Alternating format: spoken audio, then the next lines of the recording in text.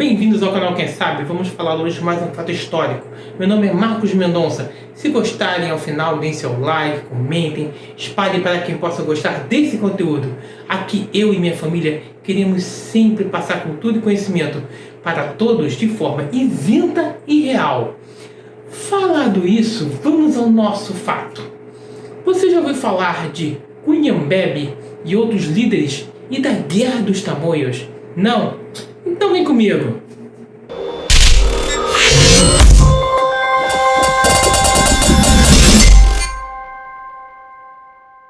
A importância da conquista do Rio de Janeiro pelos portugueses foi sentida de forma vital na segunda metade do século XVI.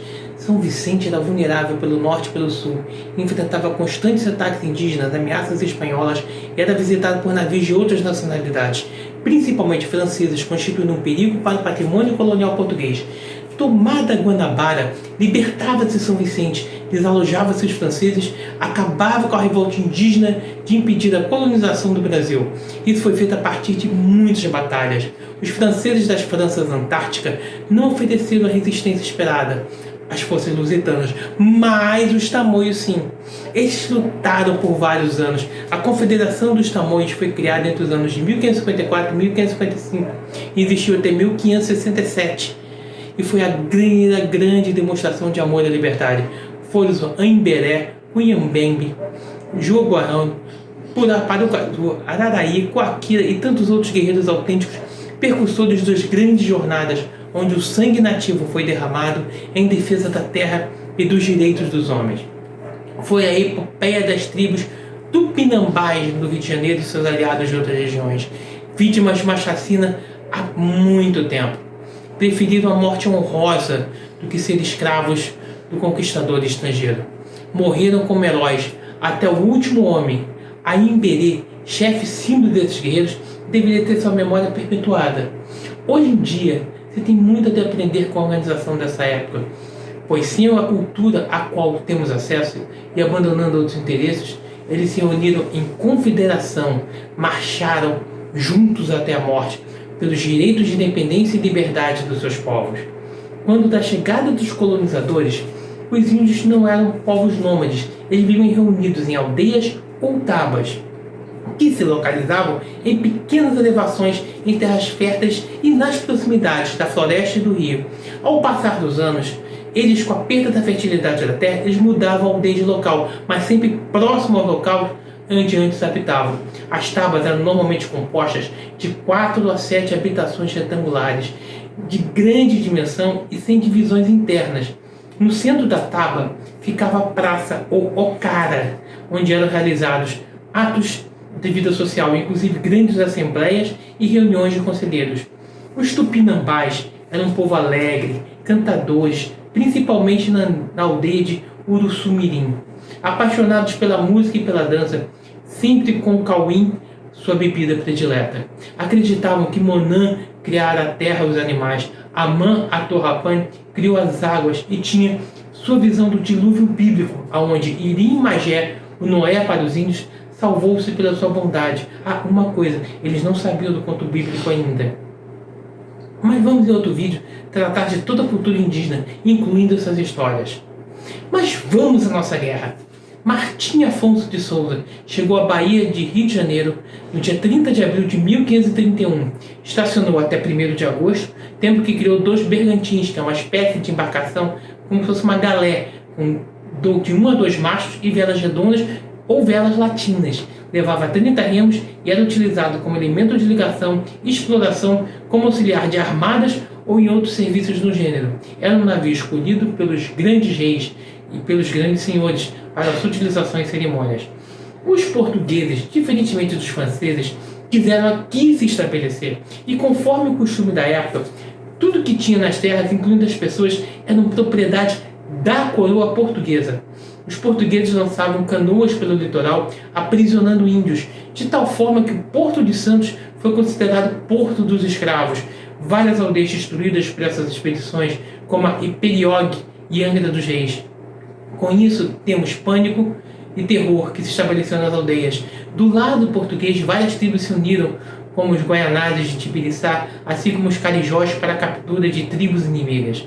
Brás Cuba, que ia caçar índios no interior do Brasil, era mais difícil, enquanto que os do litoral eram muito mais fáceis de apanhar. No litoral, uma tribo que não esperava ataque português para revidar, e ela tomava a iniciativa, destruindo fazendas e engenhos localizados no litoral. Era a tribo de Cunhambebe, libertando muitos índios, e sua fama começava a se espalhar.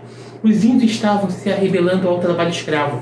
Dom João III decidiu então nomear o governador-geral do Brasil, Tomé de Souza, com a sede do novo governo na capitania de Todos os Santos, lá na Bahia. Em uma das fazendas de Brás Cuba morreu Cairuçu, que foi o principal da aldeia Uruçumirim. A notícia de sua morte chega ao filho Aimbere, também escravo de Brás Cuba. Ele lembrava do massacre português em Uruçumirim, aonde foram dizimados os índios, sua família morta e seu pai arrastado e humilhado. Ele então planeja a fuga para libertar os escravos da fazenda.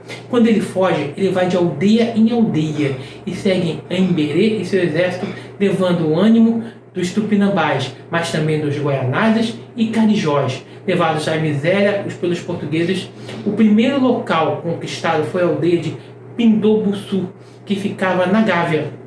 Em um conselho da tribo foi determinado o plano de luta sem quartel aos portugueses e a destruição de Piratininga.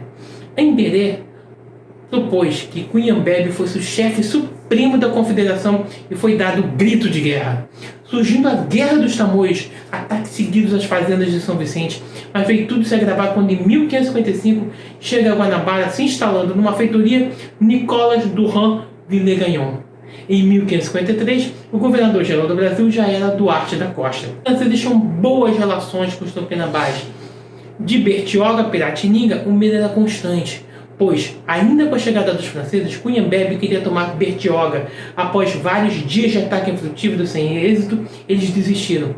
Os franceses levaram para Cunhambebe peças de artilharia, mas veio uma epidemia de peste que matou 300 índios, entre eles Cunhambebe.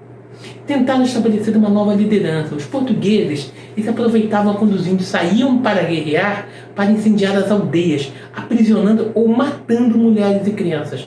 Um novo chefe foi eleito, Aimbere. Chega então Mendes Sá e por 2 vezes mandou ajuda em armas e soldados para São Vicente, a fim de reforçar a defesa contra o ataque dos Tamoios.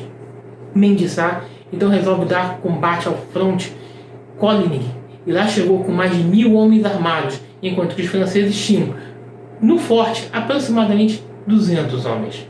Villegagnon já havia partido para a França e tinha deixado o comando do forte para Bois-le-Comte. O forte foi tomado pelos portugueses em 15 de março de 1560. Após isso, muitas batalhas foram levadas a termo, muitas conquistas portuguesas e muitas vitórias expressivas dos índios. Se soube que no Espírito Santo, uma tribo chefiada por Araribóia queria participar da batalha contra os portugueses. Com todas as batalhas, os portugueses tinham ódio aos Tamoios. Uma batalha foi então marcada, a Guerra Piratininga. Aimbere subiu ao Planalto com algumas colunas de valentes chefes chamados Joganharô, Parubaçu, Guaxara e Oquiuxuba, sendo este último com um grande pelotão de Goitacazes e Aimorés. Tibiriçá, um cacique ainda, havia traído os índios e lutava ao lado dos portugueses. Nesta batalha de indas e vindas, morreu o filho de Mendes Sá, Fernão de Sá, e foi vencido ao final pelos Tamoios. Chega na batalha Cunhambebe, filho do primeiro Cunhambebe, que fez prosperar a aldeia de Angra dos Reis. Neste momento tinha uma missão jesuíta liderada por Anchieta, e que parecia querer a paz, e ele desejava paz. Por muito tempo se costurou um acordo de paz, onde muito se deve a Anchieta, mas a paz não durou. Lembre que aqui ainda tinha alguns franceses, além dos portugueses. Houve uma batalha que acabou com a vila de Leroig, com muitos índios mortos. Tomaram o Rio de Janeiro, era imperioso para os portugueses. Estácio de Sá veio então com 2 galeões armados e bem municiados. Sua missão era ocupar o Rio de Janeiro.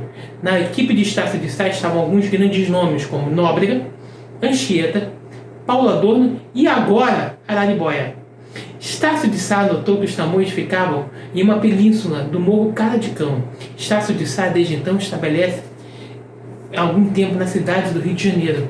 Anchieta escreve, em 9 de julho de 1565, ao padre Diogo Mirão o seguinte: porque ainda é coisa pequena, aqui se tem feito, contudo, é maior e basta de chamar de cidade de São Sebastião para ser favorecido do Senhor e merecimentos do glorioso Marte, e acrescentado-se sua realeza, que de tanto devoção e obrigação. Muitas lutas com os tamoios se seguiram.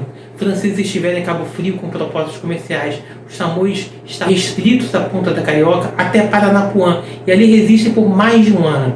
À margem direita da Bahia, Araribóia com seus terminonós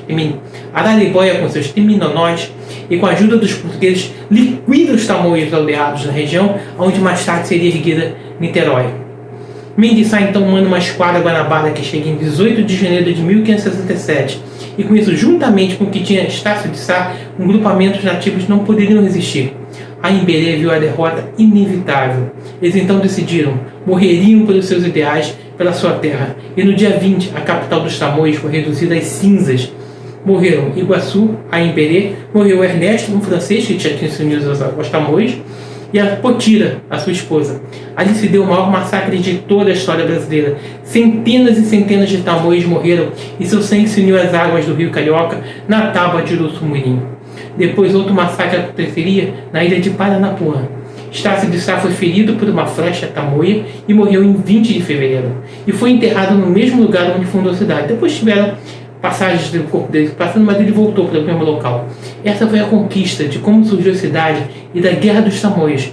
Sei que foi um pouquinho maior o nosso vídeo, mas a história aqui é um fato que deve ser contado sem rodeios ou ideologia, apenas por fatos. E isso é um compromisso do canal. Quem curtiu, dê seu like, se inscreva e ainda tem mais cultura indígena em breve. Até uma próxima. Tchau!